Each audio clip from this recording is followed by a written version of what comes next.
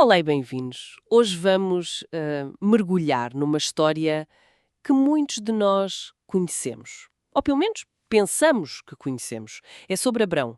Mas atenção, não vamos olhar para o herói no topo da montanha. Vamos encontrá-lo no vale, no momento de crise que revela uma faceta incrivelmente humana, frágil e por isso mesmo cheia de ensinamentos. A nossa conversa parte de uma análise muito detalhada de Gênesis 12 sobre a descida de Abrão ao Egito e o objetivo é mesmo este: desconstruir este episódio para perceber o que uma narrativa com milhares de anos nos diz sobre a fé, o medo e as decisões que tomamos sob pressão. Pronto, vamos a isto. Sem dúvida. E o que me fascina logo à partida nesta passagem é o seu realismo brutal. Quer dizer, Abraão acabou de ter um momento de viragem espiritual, de obediência total. Deixou tudo para trás. Exatamente. E a primeira coisa que acontece é fome. Fome na terra que lhe foi prometida. Isto destrói logo aquela ideia um bocado ingênua de que uma vida de fé é só vitórias e céu azul. Pois. Pelo contrário, mostra que o texto começa, por vezes, precisamente depois de darmos o passo certo. Exato, vamos começar por aí.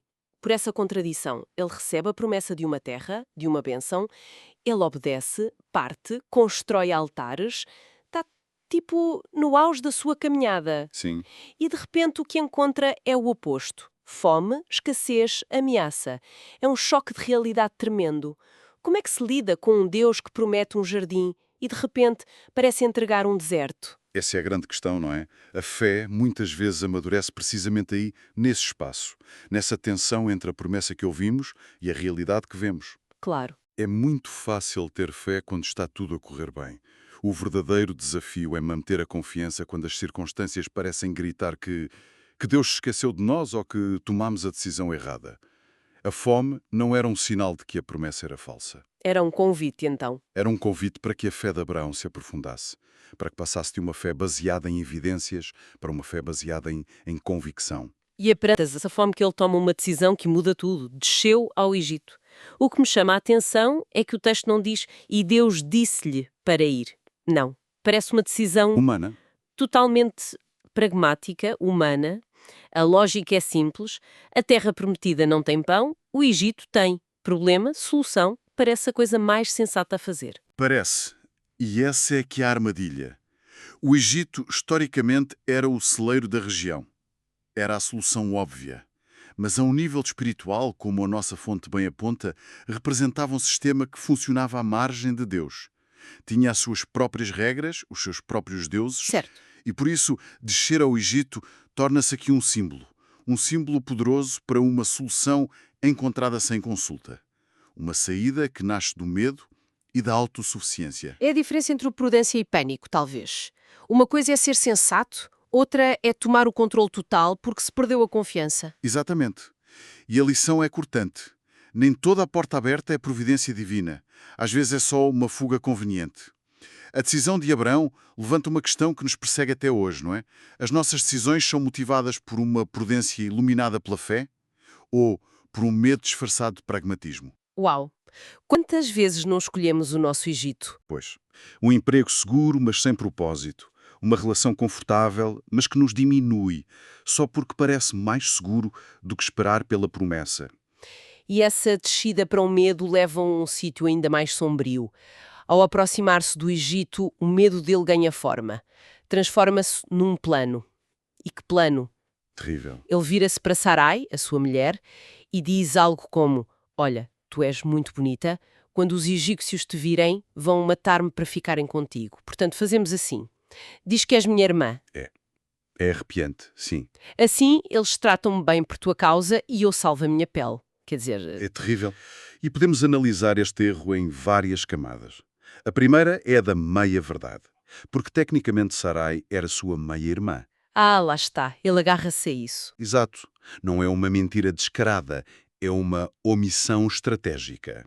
Ele usa um facto para construir uma mentira.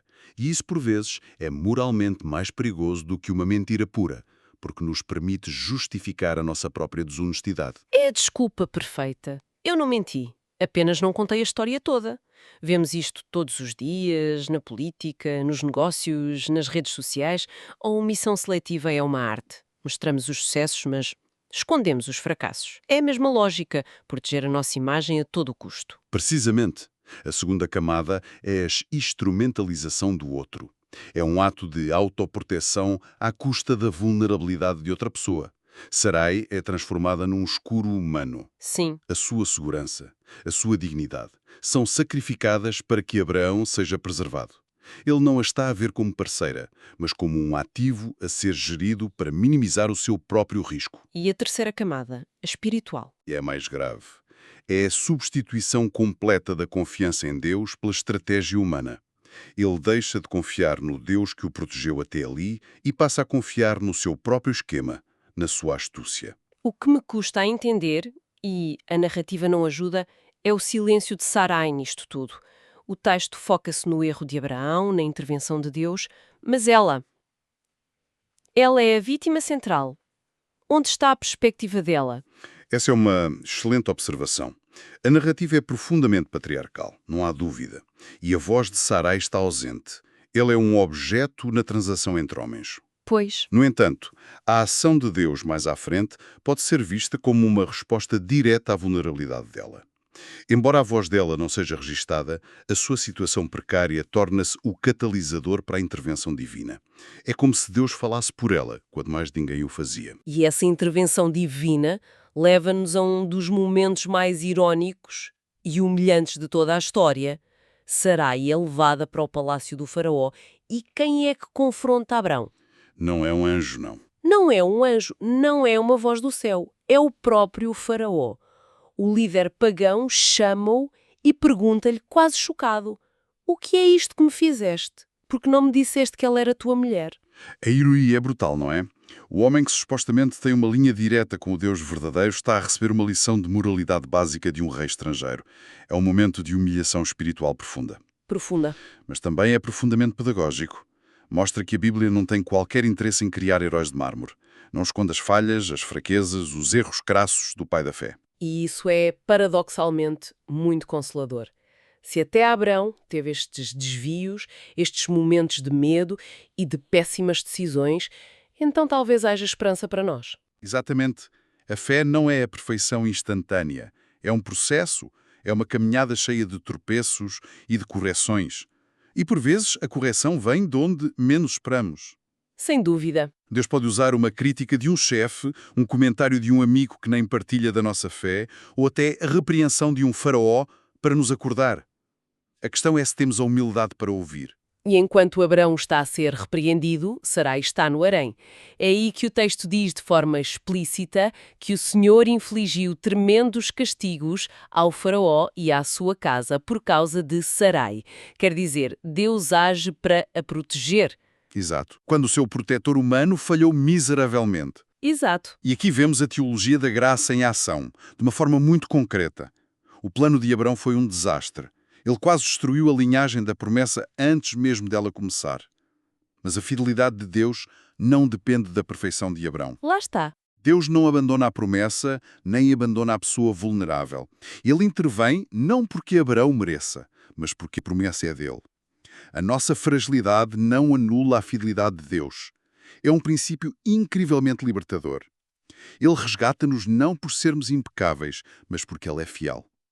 Ok, então o faraó descobre a verdade, repreende Abrão e expulsa-o do Egito. E o texto faz questão de notar que ele não sai de mãos a abanar. Sai com o gado, a prata e o ouro que o faraó lhe tinha dado. Sim, isso é importante. À primeira vista, quase poderíamos pensar que, apesar do susto, o plano funcionou. Ele sobreviveu à fome, ficou mais rico. Parece um final quase feliz. Mas aqui temos de fazer uma distinção que é absolutamente crucial. Ele sai com bens materiais, sim, mas sai também com vergonha. Sai com uma profunda desordem interior. Claro. Imaginemos a viagem de regresso. Ele tem de olhar para Sarai todos os dias, sabendo que a colocou em risco. Tem de viver com a memória de ter sido repreendido por um rei estrangeiro. Essa riqueza deve ter tido um sabor muito amargo. Portanto, nem todos os ganhos são uma bênção. De todo. E essa é talvez uma das lições mais fortes desta história. Há ganhos que são apenas compensações externas que mascaram perdas internas gigantescas.